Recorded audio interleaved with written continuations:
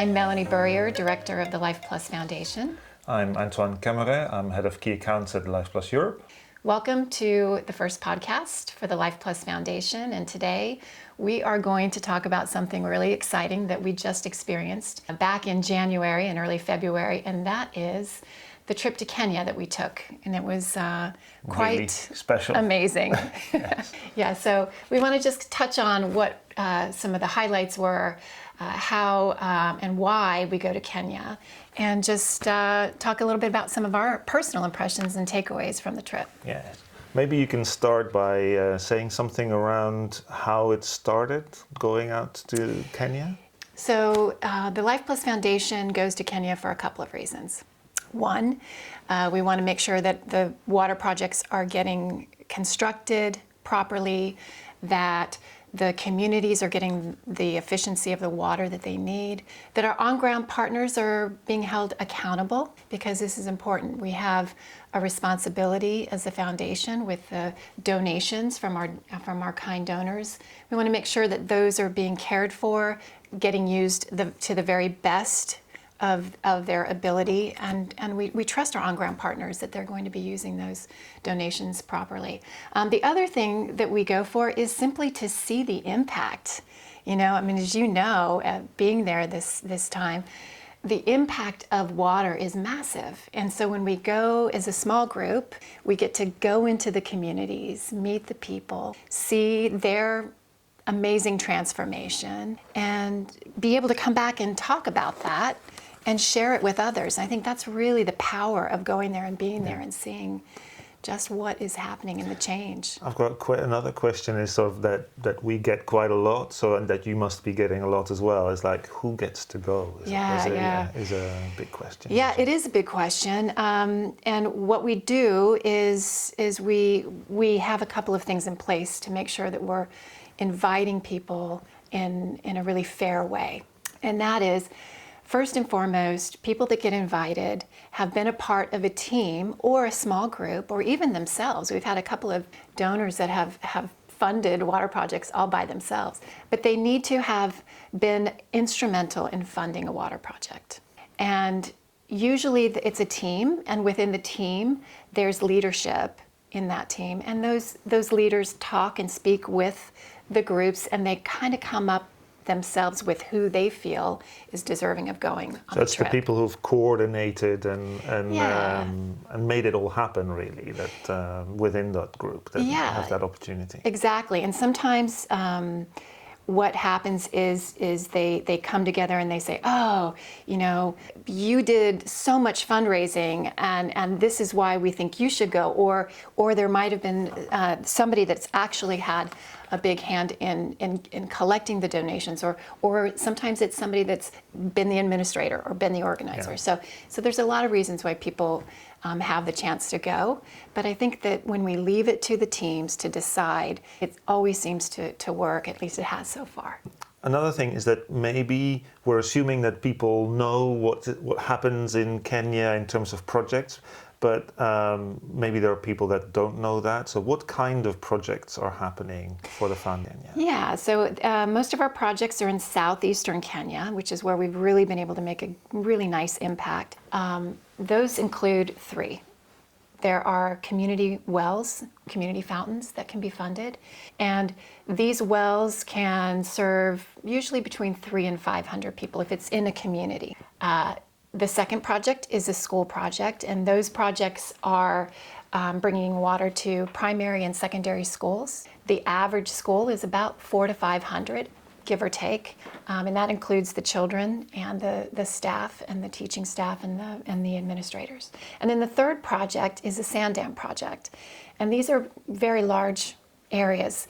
One sand dam can serve thousands of people over 100 plus years. And so this is an exciting project that's very low cost, low maintenance, and it's really serving a lot of people. And when a community fountain is placed adjacent to that sand dam, that's when thousands of people can access water. So it's amazing. I've been obsessed with the technical things of how a sand dam works, but they're really a genius genius simplicity in it, sort of thing, where nature really can provide a lot of the resources for some amazing transformation, I guess, is what we've seen, isn't it? It is, and when the sand dam is really, after a couple of years, when it's really starting to mature, you can see the whole area changing. The tiered gardens that come off of the sand dam that are just bursting with new fruits and vegetables that are feeding the area. Water is so far-reaching. It's not just about having water to drink or having water to bathe in. It's the food, it's the economy that grows, it's the opportunities that come to an area. But more than that, or I should say beyond that, it's the hope. It's the dignity that is restored. There's nothing like seeing one of the community members from any of our communities that we visit come out and be so proud to talk about what they have done, what they as a community have constructed. Yeah. And this is so important too with the self-help piece. Yes. All of our projects are self-help because that's an important topic, actually, is that, that's really interesting in terms of the self-help. Can you maybe talk a bit more about how that works in practice on the ground? Yeah, so it's very important that the foundation only supports initiatives that have a self-help component at the core.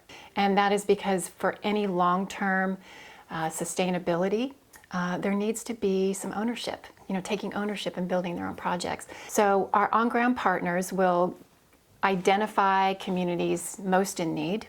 They will then work with community leaders, helping to identify leadership among the self-help group and designate certain tasks and roles to people who have that inclination. So it really is a full team. Our on-ground partners will provide the tools, they'll provide the know-how, they'll teach the self-help communities just what to do in terms of the construction of the water project, and then they will show them how to care for that project for years. They don't just build a project and leave. They will come year after year, sometimes up to 5 years or more, and they'll make sure that the community understands how to take care of the project, getting the most value and the most water that they can, from the project itself and the water source. And really it's this beautiful chain of trust, right? So the donor trusts the foundation with the funds.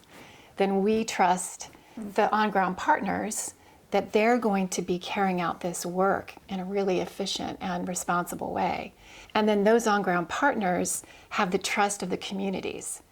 And then you see this relationship, and I know you saw this when we saw the on-ground partners laughing and joking with the communities and just having that real bond that comes from that trust and that close relationship. If you've built something like a sand dam or a well together and all of the good things that come out of there, there is a bond there for life. There is. Yeah. And there is something about going there as a visitor and really experiencing their gratitude.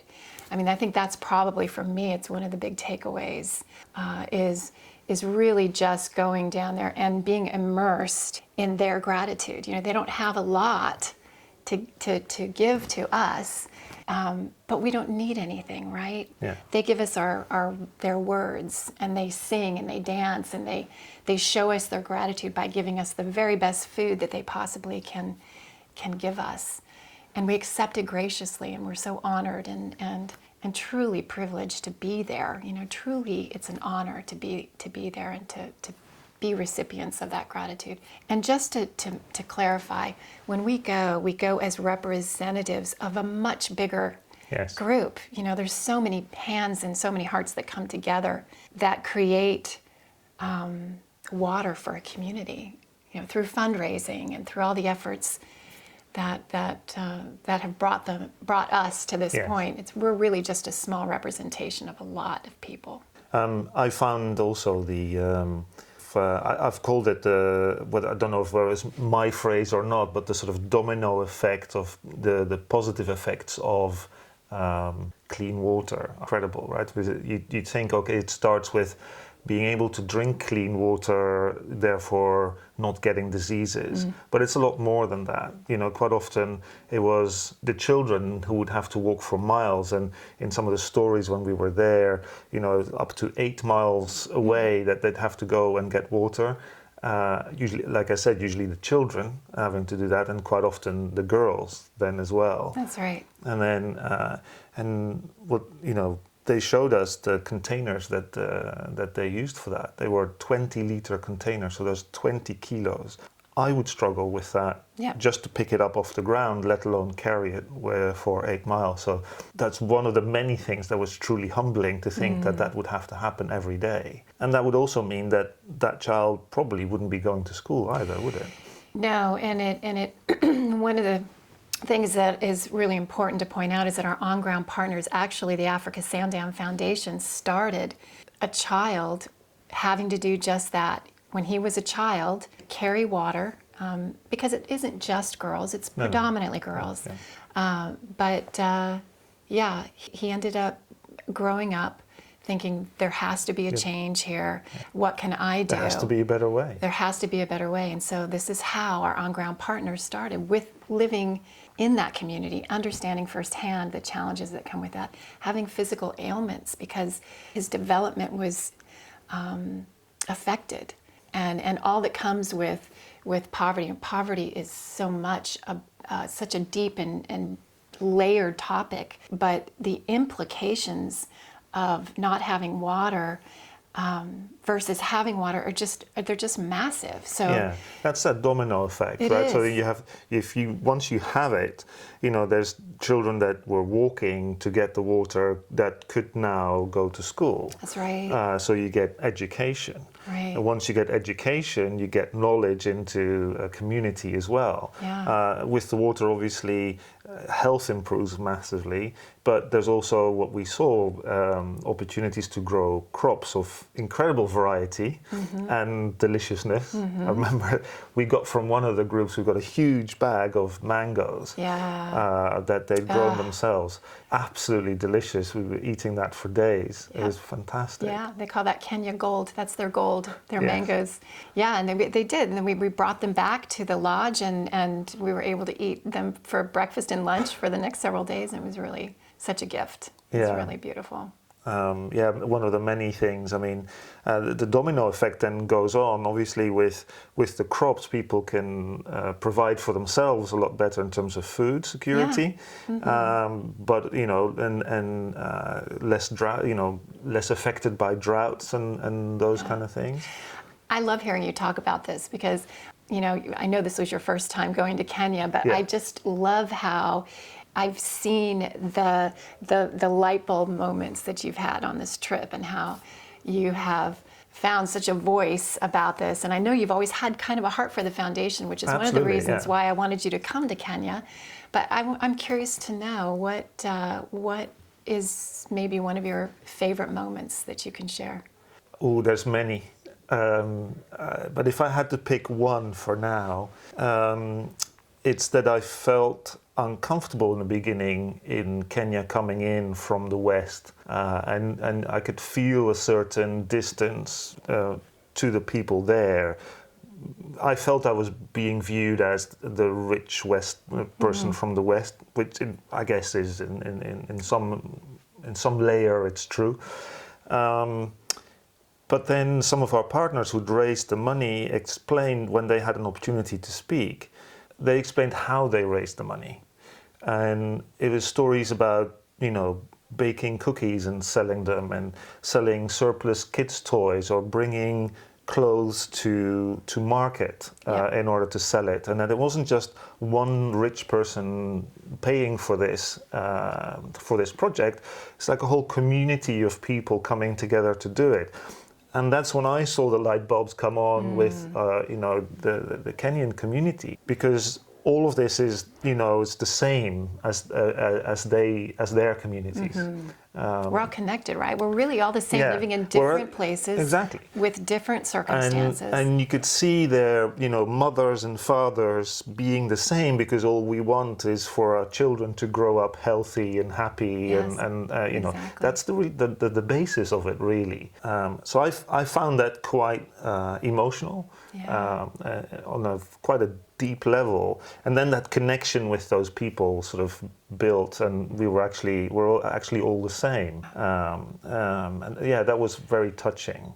That's one thing, and then that domino effect for me blows me away, because it just keeps on going. When people can, well, we were talking about it before, but if they can grow their own crops and they have a surplus, they can sell that. The money that comes in can be used in the community in all sorts of ways again. Right. Right. So one of the first projects that we visited in the week that I was there, we went to see one particular sand dam that was funded by a group from Lifeplus. But in the meantime, that was one of the more mature projects.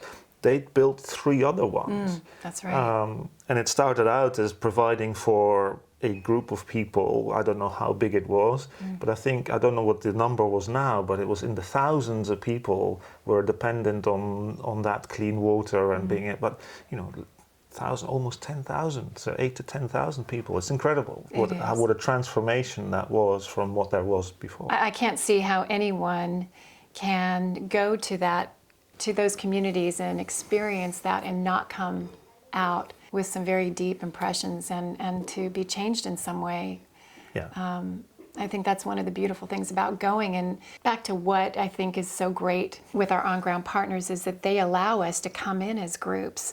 So getting back to what we were talking about, how people can get involved and what we do to be able to get them to experience that, it's really after deciding who goes, then which is a process. It's not just among the teams, but then there's an interview process, and we have to ensure that it's really a good time, it's a good fit, and once we get those things established, then we start the planning process, and then we get on the Zoom calls and we talk about the trip, and what I like to do is create some understanding and some context for people, because when they come, then they aren't completely surprised at what they're walking into. So I think it's really important to prepare them.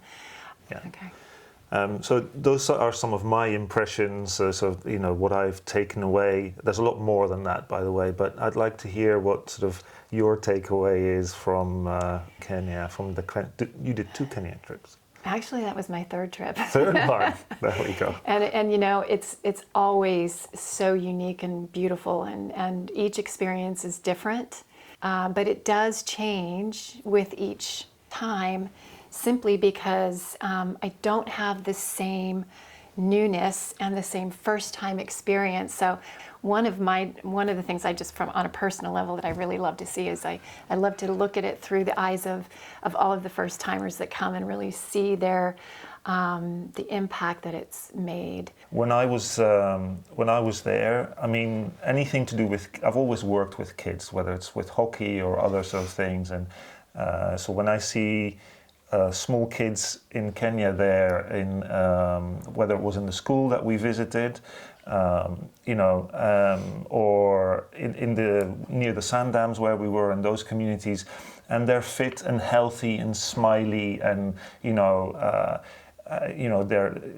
ability to go to school and get education, that's what it's about, and it's a really emotional thing. It is. It reminds us, I guess, of what is really important in life, because in daily life here, we quite often it's about, I have to get this done, I have to get that done, and quite often if you look at it in the big scheme of things, it's really quite unimportant. Yeah. And it really focused my mind about what is important in life there. That's right. Family, friends, looking after each other, totally all of those agree. kind of things. Totally agree with you, and so getting back to what I was trying to say was, so I think for me, one of the best and most meaningful takeaways is just seeing their gratitude, having the chance to share time with them, talk without speaking in some ways because, the language is different. We don't always need to share the same language to know what we're trying to say to each other. But, particularly at the end when we're leaving and we have just had this meal or this time we've listened to them have their speeches or talk about how the community has been served through the clean water. And then we're leaving and it's this singing and walking back to our vehicles and then saying goodbye and just grabbing hands and looking into each other's eyes and knowing then that there's just been this beautiful change and being just a small part of that is really satisfying and I love seeing it for all of the visitors. I mean, that to me is such a gift. I mean, most people that give don't ever get that chance. It's a unique chance to actually really see the impact that you're making and that the donors are making and that all these teams that are doing these amazing fundraising activities, what they're doing, it's life-changing. Yeah, I think the word I've used a lot is humbling. Yeah. Because it focuses on what is really important. And for that, I'm really truly grateful to be able to have gone to Kenya with this group and experienced exactly that. Yeah. So people might be asking now, well, I want to get involved. I want to maybe with my team do something, and we've seen some great examples of teams inside Lifeplus being really creative around how to raise money and combine it also with the business side of Lifeplus. One team in particular, for instance, they were when they were doing a project around losing weight, or they donated. I'm not sure how much it was, but maybe a Swiss franc or several Swiss francs for every pound that they lost, and they did it with a big group, and there were lots of non-Lifeplus people that wanted to contribute to the project in terms of the charity Lifeplus Foundation and what it means as well. And I'm not sure how much they raised, but it was a lot, wasn't it? They raised 55,000 euros, actually more. I think it was 317, and it was I think even a surprise to them. Yeah. Because their initial goal was to have one water project funded, which was a community fountain. Yeah. And they ended up funding 2 community fountains and 2 schools, a primary school and a secondary school. So I mean, it's just this amazing ability to, when people catch the vision and they see the impact that they're making, look what can happen. Yeah. When you say funding a school, we have to make sure that we're clear that it's a rainwater project at an existing school and not building. And that has been a question. So thank you for that clarification. We do not construct schools. Yes. We don't build them from the ground up. What we're doing is we're bringing clean water to schools. And just to be more specific, a clean water project at school would consist of a rain harvesting system, which is a rooftop rain catchment system that gets funneled down into a large tank, which is about anywhere from 104 to 112,000 liter tank.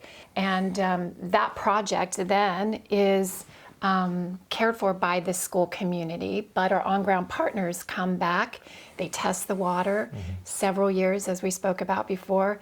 They make sure the water is potable and usable, and it's getting used for drinking and school projects and science projects and school lunches. But that's what we're doing, not building a school. But we visited a school while we were there, and again, that was a great experience to see all of those kids, and there were, and I'm not sure how big the school was, but it was fairly big. 390, so close to 400, yes. Close to 400 kids, getting an education there, and the clean water there obviously helping that whole process taking shape, and that it was possible in that way. And of course, for me, one of the takeaways there actually was speaking to the kids afterwards in terms of, what are you going to do? What's your goal? And instead of it being more around surviving, which could have been the case, these kids were thriving in terms of having goals of, starting their own business in agriculture or in accounting, or and all of it being possible. Yeah. Which was really fantastic to see. Yeah, it is. It's inspiring, and really, one thing that I'm always amazed at is when we walk into the school, the organization and the behavior but the engagement between the children and principal or the teachers is just, you can tell there's just this very high respect, and so children are learning, and I found it really impressive, it's actually. so impressive. Yeah. I mean, we could take a lesson We could. in the States, I can tell you that. Well, in Europe as well. Yeah. Absolutely. I mean, I think we can take a lesson from a lot of things that we saw in Kenya, and that is, just having that gratitude, not taking anything for granted. Yeah. Thing that struck me and continues to every time I go. We were talking about how people, if they're listening to this and they go, I want to do something with my team, how do I go about it? Yeah, the first thing that they need to do is contact the foundation. So through lifeplusfoundation.org, there is an option to connect us, and that's the email. All they need to do is send an email saying they are interested in sponsoring a water project, and we will start with a conversation. We might have a Zoom call. I can answer a lot of questions. Translations are available, so if language is an issue, we can certainly accommodate there. And then that's how it gets started. And then from there, teams decide what their team name is. They decide what water project. There, you have an option to choose a primary school or a secondary school. So once we get past some of these basics, then it's a function of them doing the fundraising, us supporting however we can, either through fundraising tools.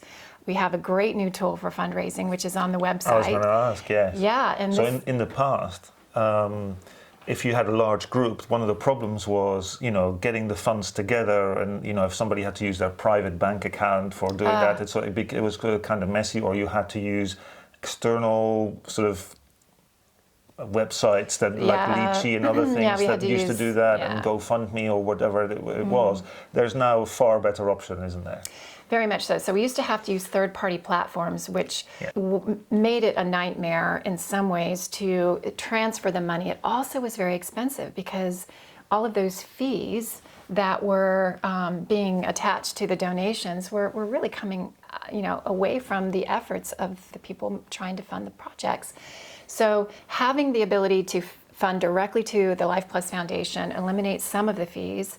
But it also is just that much quicker a process. I mean, I think with Lychee, there were times where it was months before they would actually release the funds. So it could get a little bit tricky that way. Not only is it nice to have the money in-house, but it is nice that on our website, through the fundraising software, you can actually set up your own fundraiser, your own fundraising page. You can personalize it to a certain degree with a picture and a description of the fundraising efforts that you're making. And then you can share that link or that QR code with other people, and that makes it nice and easy and much more efficient. I think people are really engaged. I think right now we have close to 100 active initiatives right now through the website, which is really nice. Yeah, so that's great. So that's really cool information about how people can get involved by using lifeplusfoundation.org and getting in contact with the foundation directly. One question that we also get is around how the trip to Kenya for Lifeplus members, how that's funded. Maybe you can say something around that. Yeah, that's a good question. So, shout out to Lifeplus and a big thank you to Robert, because Lifeplus does underwrite all of the in-country expenses. But, however, people that do decide to go or get chosen to go do have to pay for their airline tickets to and from Nairobi. So that's on them. That's an investment they need to make. But other than that, all meals, all in-country expenses, in-country travel, all of that is covered. Lodging, it's all covered by Lifeplus. So I don't think we could be doing this if it weren't for for the generous gift. I think it's good to know that none of those costs are carried by the foundation goodness, or by no. funds. So it's good to say that out loud. No, Yeah. in fact, we say 100% of every donation goes directly to programs that serve people in need. We are serious about that. So there would never be a time where we would take overhead costs out of donations. That's a fantastic thing to be able to say that 100% of your donation goes exactly where it needs to go. Yeah. And unique to the foundation, really. So one of the reasons why we are so stringent about choosing partners is because with 100% going out the door, we want to match that with a good partner that has similar values and similar approaches to their work. And we look for organizations that can say that 90% goes to the cause minimum. Now, there have been a couple of exceptions if it's in the high 80s, simply because we know those costs are going towards programs that are serving the people. So there is a little bit of give there, but we really look for organizations that share our values, that are like-minded, and that have the majority, 90% or more, going to the cause. Yeah. So that's what we look for, and that's why we're able to get so much done. And another thing that I want to just point out is with our partners, we like to partner with smaller organizations. They tend not to have big overhead costs, and they're usually comprised of a lot of volunteers and people who live in the areas and understand the needs of people. Mm-hmm. So our partnerships are carefully chosen, and we spend a lot of time, many years, in fact, some 12, 13 years long, these partnerships, and so we're really happy that we're able to make an impact with them. Another thing that struck me really is how different Africa is, and Kenya in particular. I've fallen in love with Kenya and its people, but it's different from the first moment that you arrive. And Nairobi is a huge city and has everything that we have in the West, sort of thing. But already you feel the warmth of the people, very welcoming. They're a lot more formal than we are in the West. Very respectful. I really liked that interaction. It felt maybe a bit old-fashioned, but in a really good way. Yeah. And that only got stronger the sort of further away we got from the big city. So, we flew, an experience in itself, in this small plane out into southeastern Kenya, and It's beautiful. And then. Yeah, you go away from the big city, and the country's stunning. It's so beautiful everywhere you go. I understand what you mean about the differences in culture, because I remember the first time that I went, I had this experience where I'm used to speaking a little bit louder in the States, and I just remember being told that Kenyans are a little bit softer spoken, and they may not always respond well to louder tones. So just things like that, just bringing that into their country and being respectful of their ways was really kind of an education for me. Yeah, and in the way that you carry yourself. So being thoughtful in the way you move, and whether or not to shake hands, or those kind of things, very different. But I found once if you started off from with a respectful distance and a respectful tone of voice of things, and just taking it calmly, that interaction sort of flowed really naturally, and I really liked it. I do too, and our on-ground partners are really good about organizing our trips so that we're respectful to their days. I mean, when we're coming into their lives, and we are actually really disrupting their daily practices. Except for school, which kids stay in, everyone that would be working in the field or doing whatever work they have for that day is stopping to share their time with us. And so we're really grateful for that. And the on-ground partners are very sensitive about making sure that we're eating things that are going to be safe for us, drinking the water or not drinking the water where it's appropriate. And it's immersing ourselves into a cultural experience that's really different and unique, but wonderful.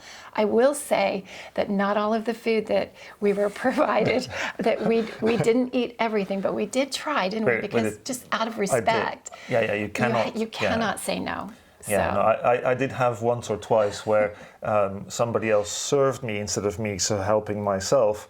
There was quite a lot on the plate, let's put it that way. And it was a bit of a chore to sort of, because I'm not used to eating large quantities like that, which some of the Kenyans seem to do because they're working out in the field. They need the calories to... to do that. They do, and that's their only meal of the day. Remember, they typically eat their biggest meal in the day. They might have a snack later, but in general, that one meal is going to carry them all day long. But I didn't want to leave anything on the plate there. No, I felt really self-conscious about that. Yeah. Another takeaway from me was the incredible dignity of the Kenyan people there. Like I said, so a far more formal interaction, really elegant and beautiful and respectful, and I think we could all learn something from that, wherever you come from. Yeah, it's a beautiful experience altogether. I hope many people have the chance to come and to experience it with us. And I know right now we're still playing catch up from the pandemic because we had stopped going on our Kenya trips. So right now I think we've come through all of the projects that have been built in 2018, 19, and most of 2020. So next time we'll pick up with projects that were finished in 2020 second half. And move forward from there. But it's important that these projects have a chance to mature and to have some rainy seasons. Because if you don't have the water in the sand dams or in the wells, then you can't come and see the real impact that it's. And despite all the projects that are ongoing now, we've also seen plenty of areas and things that can be improved. I specifically remember late one evening on driving through a dry riverbed, and an older lady digging a little, just a very shallow hole and filling water from that, which was, considering where she was doing it, quite likely to be not very clean water, etc. And thinking, oof, that can't be good. There's plenty of scope for helping more people. Yeah, there's definitely, and what you saw is more the norm in that part of Kenya. Yeah. So seeing children and adults, sometimes very old people, late at night or at dusk in the scoop hole, scooping dirty water to take back. This is the standard in parts of southern Kenya, and this is why we're so passionate about bringing clean water. It's no small statistic that 1 in 5 children under the age of 5 still dies from waterborne diseases. Yeah, that's an incredible statistic. Really, it really is. And so, at the Lifeplus Foundation, we're interested in cutting into that statistic and making a difference. And we have focused our attention in this southeastern Kenya area because we have such great partnership experiences, and it's been working so well. But it certainly isn't the only place that we're looking at helping, and we've already been looking at how we can go a little further west in Kenya because there's a whole different need out there. So water shortage and water scarcity is a problem, and especially with what's happening in the world right now, it couldn't come at a better time for teams to jump on board and catch the vision of the foundation and work together to bring clean water to people. Great. So if you're willing, if you want to make a difference, come to lifeplusfoundation.org, have a look at the information, get in touch, and we look forward to work together and make a difference. And thank you so much. Whether you have donated or rounded up or made some kind of contribution with fundraising and helping in whatever way you have, it all matters. Every little bit helps. And we just thank you from the bottom of our hearts to you. And it's been a pleasure to be here with you, Antoine. Same here. Thank you, Melanie. Thank you.